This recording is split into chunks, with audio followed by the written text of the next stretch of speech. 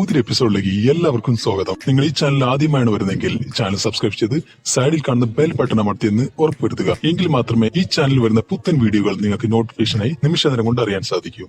അപ്പൊ ഈ വീഡിയോയിൽ നമ്മൾ ചെയ്യാൻ പോകുന്നത്, നമ്മൾ റോസ് ചെടി നമ്മൾ നഴ്സറിയിൽ നിന്ന് സെലക്ട് ചെയ്ത ശേഷം നമ്മളത് ചട്ടി നട്ട ശേഷം നമ്മൾ അടുത്ത ഘട്ടം നമ്മൾ എന്താണ് ചെയ്യേണ്ടതെന്നാണ്. അപ്പോൾ അതിനെക്കുറിച്ചുള്ള ഒരു വീഡിയോ ആണ്. അപ്പോൾ നിങ്ങൾ വീഡിയോ മുഴുവൻ കാണാൻ ശ്രമിക്കുക. തീർച്ചയായിട്ടും നിങ്ങൾക്ക് ഉപകാരപ്രദമാകുന്ന തന്നെയാണ് എന്റെ പ്രതീക്ഷ. ഞാൻ കുറച്ച് കാലങ്ങളായി ചെയ്യുന്ന ഒരു രീതിയാണിത്. അപ്പൊ ഞാനിങ്ങനെ ചെയ്യുന്ന വഴി എനിക്ക് ഗുണം എന്തെന്ന് വെച്ചിട്ടുണ്ടെങ്കിൽ ചെടി നല്ല രീതിയിൽ ഡെവലപ്പായി വരികയും കൂടാതെ നന്നായിട്ട് ബുഷായിട്ട് വരികയും ഒരുപാട് പൂക്കൾ ഇതിന്ന് കിട്ടുകയും ചെയ്യും. അപ്പൊ ഞാൻ ഫസ്റ്റ് ചെയ്യുന്ന കാര്യം എന്ന് വെച്ചിട്ടുണ്ടെങ്കിൽ നല്ല രീതിയിൽ ആരോഗ്യമുള്ള ഒരു ചെടിയാണോ അത് നോക്കും. ആരോഗ്യമുള്ള ചെടിയാണെങ്കിൽ മാത്രം സെലക്ട് ചെയ്ത ശേഷം മണൽ ചാണകപ്പൊടി ഒക്കെ നന്നായിട്ട് മിക്സ് ചെയ്ത ഒരു കറിലേക്ക് ചട്ടിയിലേക്ക് മാറ്റി നടും. ഈ മാറ്റി നടലാണ് ഫസ്റ്റ് ഘട്ടം. ഈ ഫസ്റ്റ് ഘട്ടം നമ്മൾ മാറ്റി നട്ട ശേഷം നമ്മൾ നോക്കേണ്ടത് ചെടിയിൽ പൂക്കളുള്ള ഭാഗങ്ങളുണ്ടോ നോക്കുക. നന്നായിട്ട് പൂക്കളൊക്കെ വരുന്ന നല്ല മുട്ടുള്ള ഭാഗങ്ങളൊക്കെ ഉണ്ടെങ്കിൽ നമ്മൾ ചെയ്യേണ്ടതെന്ന് വെച്ചാൽ എല്ലാം കട്ട് ചെയ്ത് കൊടുക്കുക. ഇത് കാണുന്ന പോലെ എല്ലാ പൂക്കളും മുട്ടും വരുന്ന ഭാഗം ഒരു 3-4 നോഡ് താഴെ വെച്ച് കട്ട് ചെയ്ത് കൊടുക്കുക ഇലയുടെ. അപ്പൊ ഇങ്ങനെ കട്ട് ചെയ്ത് കൊടുക്കുമ്പം ചെടി ഇതുപോലെ ഇരിക്കും.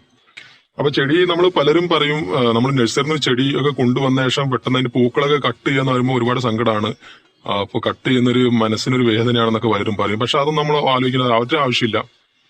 കാരണം നമ്മൾ കട്ട് ചെയ്ത് കൊടുത്തിട്ടുണ്ടെങ്കിൽ 3-4 മാസം കൊണ്ട് തീർച്ചയായിട്ടും നമുക്ക് നല്ല രീതിയിൽ ഇപ്പോൾ ഉള്ളതിനേക്കാളും ഡബിൾ അല്ല അതിനേക്കാളും ഇരട്ടിയായിട്ട് നമുക്ക് ഒരുപാട് പൂക്കൾ നിന്ന് കിട്ടും. അപ്പോൾ നമ്മൾ ഇത് കട്ട് ചെയ്യാതെ ഈ രീതിയിൽ നിലനിർത്തി കഴിഞ്ഞിട്ടുണ്ടെങ്കിൽ ഈ ചെടി ഇതുപോലെ പോയിട്ട് ഒരു ആരോഗ്യമില്ലാത്ത ഷേപ്പിലേക്ക് മാറും. 1-2 പൂക്കളൊക്കെ ആയിട്ട് ഈ ചെടിയുടെ ഒരു ഈൽഡൊക്കെ കുറയും. അപ്പൊ അതൊക്കെ ഒഴിവാക്കാൻ വേണ്ടിയിട്ടാണ് ഞാനിങ്ങനെ കട്ട് ചെയ്ത് കൊടുക്കുന്നത്. പലരും ഇങ്ങനെ കട്ട് ചെയ്ത് കൊടുക്കാതെയും വളർത്താറുണ്ട്. പക്ഷെ ഞാൻ ചെയ്യുന്ന രീതി ഇങ്ങനെയാണ്. അപ്പൊ ഇങ്ങനെ ചെടിയിൽ എല്ലാ ഭാഗത്തുള്ള പൂക്കളെല്ലാം കട്ട് ചെയ്ത് കൊടുക്കും. അപ്പൊ ഇങ്ങനെ കട്ട് ചെയ്ത് കൊടുക്കുമ്പോൾ ഗുണം എന്താ വെച്ചിട്ടുണ്ടെങ്കിൽ ചെടി കൂടുതൽ ആരോഗ്യത്തോടെ വളരാൻ തുടങ്ങും. വേരുകൾ ഒന്നും കൂടി ഉഷാറായിട്ട് വളരും.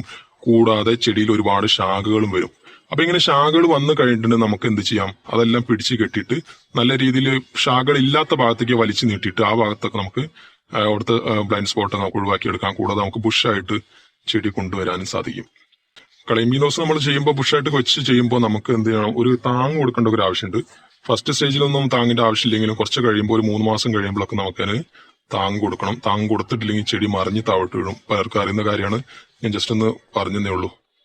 അപ്പൊ നമ്മൾ ചട്ടിയിൽ നട്ട ശേഷം നമ്മൾ ഒരു ഫസ്റ്റ് 3 മാസത്തേക്ക് നമ്മൾ പ്രത്യേകിച്ച് വളമൊന്നും ചെയ്യേണ്ട. കാരണം നമ്മൾ ചാണകപ്പൊടി എല്ലാം ഇട്ടിട്ടുണ്ട്.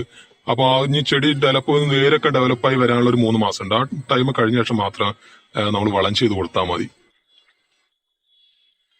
അതിനിടയിൽ നമ്മൾ ഇങ്ങനെ പ്രൂൺ ചെയ്ത് ഒരു കുറച്ച് കഴിഞ്ഞിട്ട് വേണമെങ്കിൽ നമുക്കൊന്ന് എന്ത് ചെയ്യാം, വെള്ളത്തിൽ കലക്കിയിട്ട് ഒരു NPK ഒക്കെ നമുക്ക് ഇലയിൽ സ്പ്രേ ചെയ്ത് കൊടുക്കാം. മണ്ണിലിട്ട് കൊടുക്കേണ്ട ആവശ്യമില്ല. ഇലയിലൊക്കെ ഒന്ന് സ്പ്രേ ചെയ്ത് കൊടുക്കുന്ന പോലെ തെറ്റൊന്നുമില്ല.